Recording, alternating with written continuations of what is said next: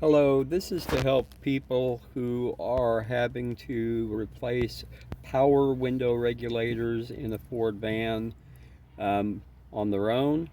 Um, I have looked at videos and seen all the different things, and I've got some refinements.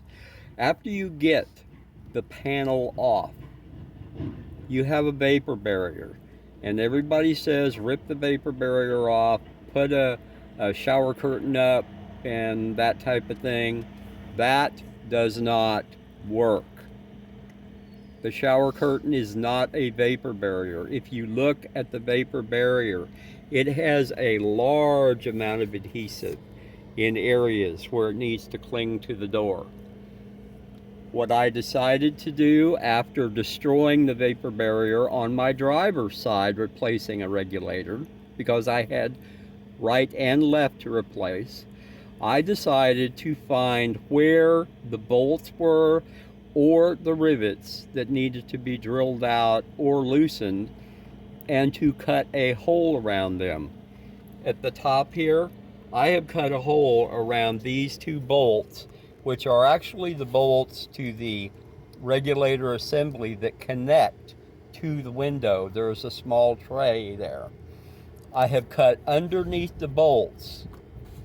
As you can see, the bolts. When I get done, you just tape over this with a good high quality Mylar tape. 3mm packing tape would probably work just fine. That's what I'm going to use. These two bolts up top, you have the window regulator bolts, or rivets. There is one here underneath the speaker. Drop down about 2.5 inches, and to the right and to the left are rivets. You have these 3 rivets to drill out. I cut around them, folded the vapor barrier back. When I get done, I will fold the vapor barrier flat and cover those with tape. By doing this, you're leaving the whole vapor barrier intact. I have cut to be able to get to the window, a slot, and I have cut the big hole where you load the regulator into, and I will tape it back. As a result, there will be tape on that plastic or vapor barrier and this part.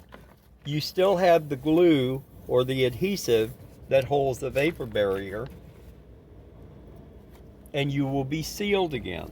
There are 2 rivets at the bottom of the regulator. I cut 2 squares right here and here, folded it up. When I go to put everything back together, these fold down. Now, if you can, always cut the bottom and up, because water runs down, vapor runs down. If you put these back and tape them down, then you have a good seal. I will have a good seal here.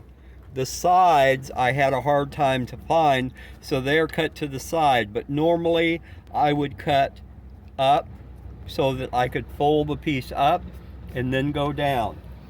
This will help you not to have to look for another vapor barrier, because the vapor barriers that everybody talks about does not have these little holes, or actually these are almost like a finger sleeve. They go into the holes so that your panel has hooks that go down in as part of the panel. If you don't have these holes or these sleeves, then you don't have a seal, and you have to cut that as a hole if you use a shower curtain. So this is a way to keep your vapor barrier intact as close as possible to the original. You can find how to dismantle and get the panel off, and how to load and put the regulators in other videos that are on YouTube and elsewhere. This is just to help you with the vapor barrier and to keep things intact. Now, what I'm going to do when I drill, and this is very important, these 2 are nuts and bolts. This I'm going to drill. When you drill, metal shavings will drop down. What I'm going to do is I'm going to tape this solid across the very bottom so that the metal shavings fall out and you don't have to get into the door to clean. I did not do that on the driver's side door, and I have a full cleaning job I have to do over there. So what I'm suggesting with the vapor barrier and with the taping underneath to keep the metal shavings from going into the vapor barrier behind it or into the door will save you a lot of time and a lot of work, because you do not want those metal shavings. You don't want the backside of the rivets in the door. You will hear them. They will cause rust, and you don't want that in your door. Thank you. Hope this helps. Have a good day.